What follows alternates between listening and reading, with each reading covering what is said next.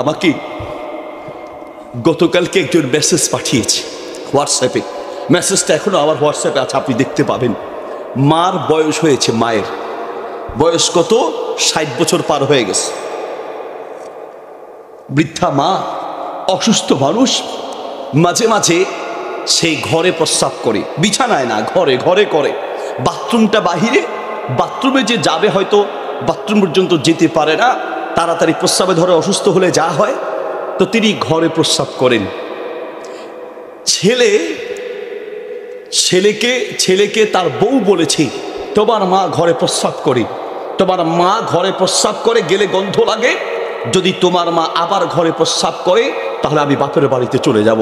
ছেলে এই কথা শুনে মাকে গিয়ে ধমক দিয়ে বলছে, মা খবরদার, তুমি যদি এরপরে এখানে প্রস্রাব করো তাহলে কিন্তু তোমার খবর আছে। মায়ের উপরে খুব রাগ দেখালেন। মা তখন ছেলের উপরে খুব রাগ করে মা প্রচণ্ড বদদোয়া করলেন।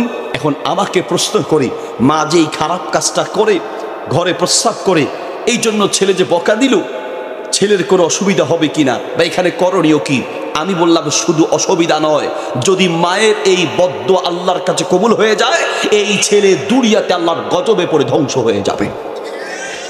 নবী সাল্লাল্লাহু আলাইহি ওয়াসাল্লাম বলেন, ইউআজ্জিলুল উকুবাতা, এই পৃথিবীতে সবচেয়ে দ্রুত আল্লাহর গজব নাজিল হয় যেই পাপের কারণে, তার মধ্যে সবচেয়ে বড় পাপ হচ্ছে মা বাবার কলিজায় আঘাত দেওয়া। ঠিক কিনা? সবচেয়ে দ্রুত আল্লাহর গজব নাজিল হয় মা বাবার কলিজায় আঘাত দিলে। সন্তান, কি দিয়ে তোমাকে বুঝাই?